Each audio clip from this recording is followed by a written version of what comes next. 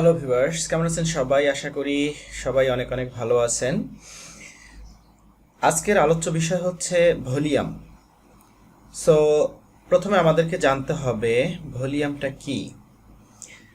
So volume is an asset or security that changes hand over some period of time.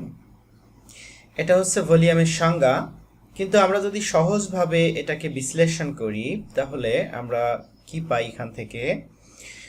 Suppose আমার একটা মোবাইলের shop আছে, আমার কাছে 100 পিস মোবাইল আছে।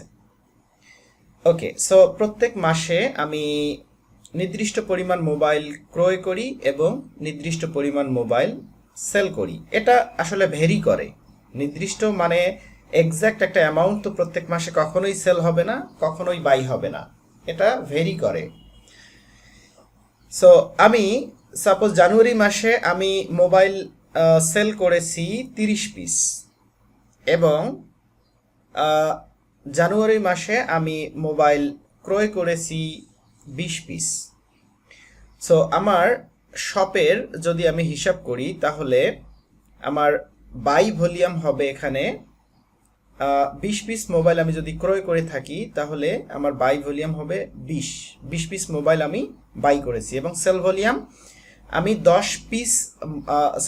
30 পিস মোবাইল সেল করেছি। সো 30 পিস মোবাইল যদি আমি সেল করি, এইটাই হচ্ছে, এই কোয়ান্টিটিটাই হচ্ছে আমার ভলিউম। এই ভলিউম আমি সেল করেছি, 30 পিস মোবাইল সেল করেছি, এবং এটার সাথে আমাদের দাম রিলেটেড আছে।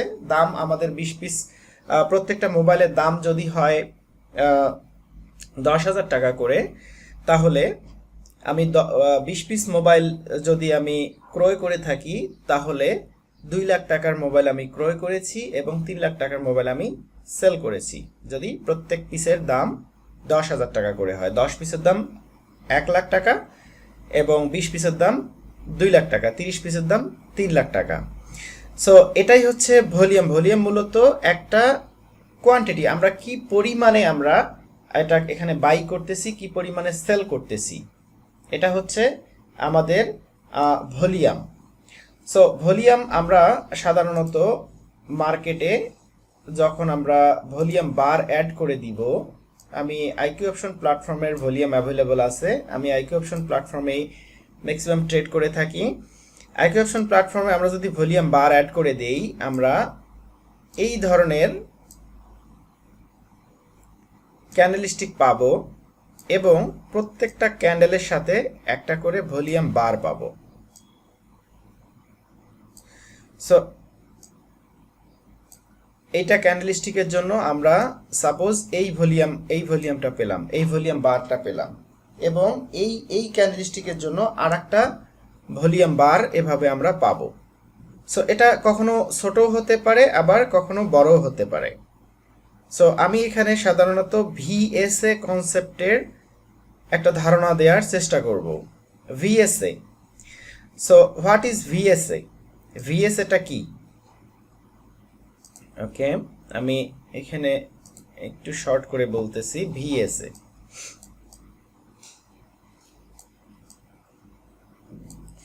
ভিএসএ হচ্ছে ভলিউম স্প্রেড অ্যানালাইসিস।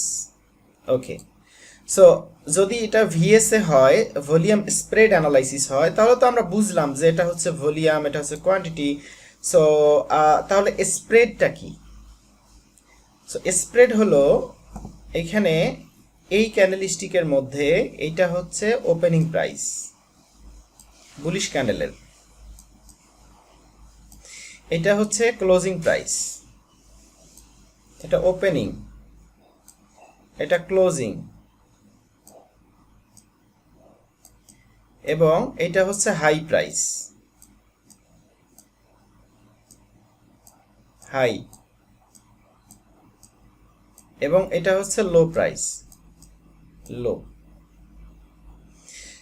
সো যদি এই ক্যান্ডেলস্টিকের এটা হচ্ছে লো, ওকে, লো প্রাইস। সো এই ক্যান্ডেলস্টিকের থেকে আমরা জানতে পারলাম যে এটার হচ্ছে ওপেনিং প্রাইস হলো এটা, ক্লোজিং প্রাইস এটা, হাই প্রাইস এটা, লো প্রাইস এটা। তার মানে এই ক্যান্ডেলস্টিকের কি ঘটনাটা ঘটেছে, যখন কোনো একটা কোম্পানি কোনো প্রোডাক্ট লঞ্চ করে, সাপোজ একটা মোবাইল কোম্পানি একটা প্রোডাক্ট লঞ্চ করলো, লঞ্চ করে এখানে এখানে দামটা ছিল হচ্ছে 10,000 টাকা।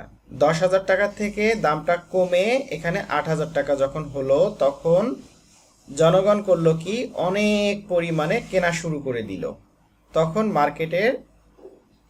মার্কেটের বায়ার্সরা অনেক বেশি থাকার কারণে, বায়ার্স অনেক বাইক হওয়ার কারণে মার্কেটে আস্তে আস্তে আস্তে আস্তে আস্তে আস্তে দামটা আবার বাড়তে থাকলো, চাহিদাটা বাড়তে থাকলো, দামটা বাড়তে থাকলো। সো এখানে এসে হাই প্রাইসটা দাঁড়ালো, এখানে 8,000, এখানে 10,000, এখানে 8,000, এখান থেকে আস্তে আস্তে দামটা বাড়তে বাড়তে এইখানে এসে 20,000-এ গিয়ে ঠেকলো।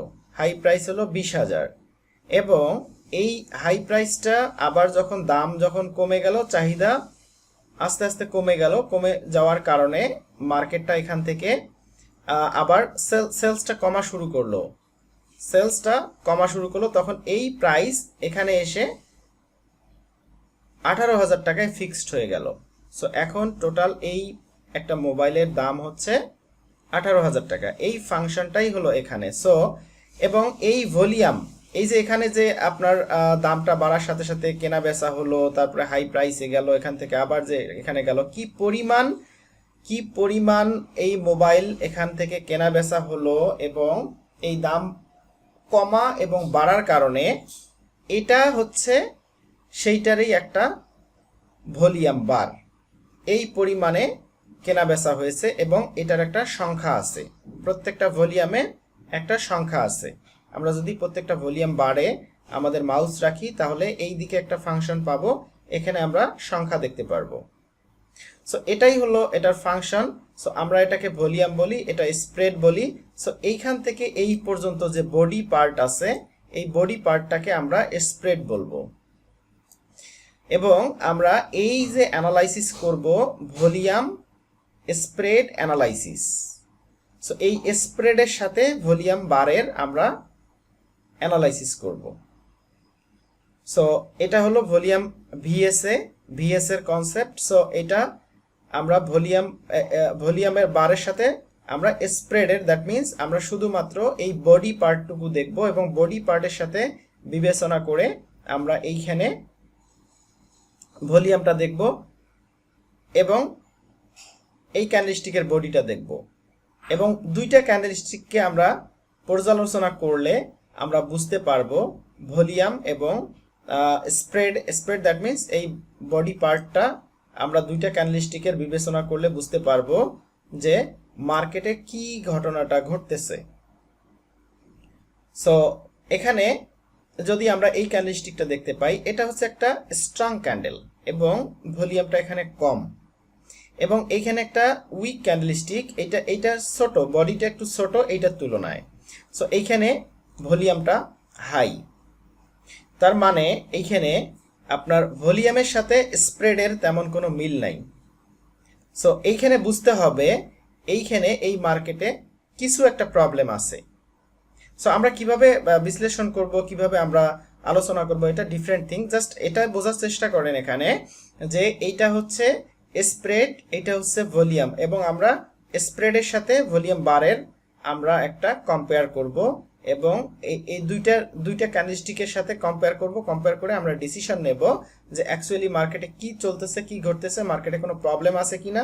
মার্কেটে যদি কোনো প্রবলেম থাকে ভলিউম অ্যানালাইসিস থেকে আমরা বুঝতে পারবো, তাহলে মার্কেটটা রিভার্স করবে, কিংবা অপোজিট ডাইরেকশনে যদি আমরা, সাপোজ মার্কেট আপে যাচ্ছে, অপোজিট ডাইরেকশনে যদি আমরা কোনো ক্যান্ডেলস্টিক পাই, দ্যাট মিন্স রেড ক্যান্ডেলস্টিক পাই, এবং রেড ক্যান্ডেলস্টিকের ভলিউমের সাথে আমরা মিলাই দেখবো, আমরা সিগন্যাল পাবো, সেই সিগন্যাল অনুযায়ী তখন আমরা ইজিলি বুঝতে পারবো মার্কেটের ডাইরেকশন কোন দিকে হবে। ভলিউম থেকে আমরা মূলত এই ডাইরেকশনটা সিলেক্ট করব যে এই ধরনের ভলিউম পাইলে আমরা মার্কেটে কোন দিকে যাবে, মার্কেটটা ডাউনে যাবে নাকি মার্কেটটা আপে যাবে। দ্যাট মিন্স সেলার্সরা এন্ট্রি নেবে মার্কেটে, নাকি বায়ার্সরা আবার মার্কেটটাকে আপের দিকে পুশ করবে। সো এই বিষয়গুলো আমরা আস্তে আস্তে শিখব। সো এটা হচ্ছে VSA concept. So VSA that means volume spread analysis. Volume আমরা এই ভলিউম বার থেকে আমরা ভলিউম জানতে পারবো।